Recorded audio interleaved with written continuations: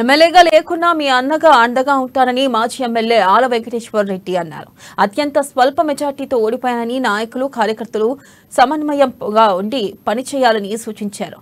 ఇక ఆ తప్పు జరగకుండా జాగ్రత్త పడదామని, ఇక ఒక ఎమ్మెల్యే పదవి తప్ప అన్ని పదవులు మన కోసమే ఉన్నాయని, రానున్న ఎన్నికల్లో బీఆర్ఎస్ పార్టీ అభ్యర్థులను గెలిపించుకోవాలని పిలుపునిచ్చారు.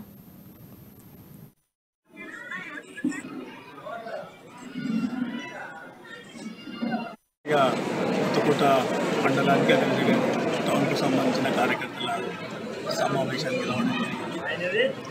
అతి తక్కువ మెజారిటీతో ప్రజలు తిరస్కరించిన రాజకీయాల్లో ఓటమి గెలుపు అనేది సహజంగా 10 సంవత్సరాల కాలం పాటు ఈ నియోజకవర్గానికి సేవ చేసే అదృష్టం నియోజకవర్గ ప్రజలు కేసీఆర్ గారు ఇచ్చిన 10 సంవత్సరాలు నిరంతరం ప్రజల మధ్యలో ఉంటూనే నియోజకవర్గానికి ఏమేం కావాలన్నది ప్రజల సహకారంతో చేయడం జరిగింది.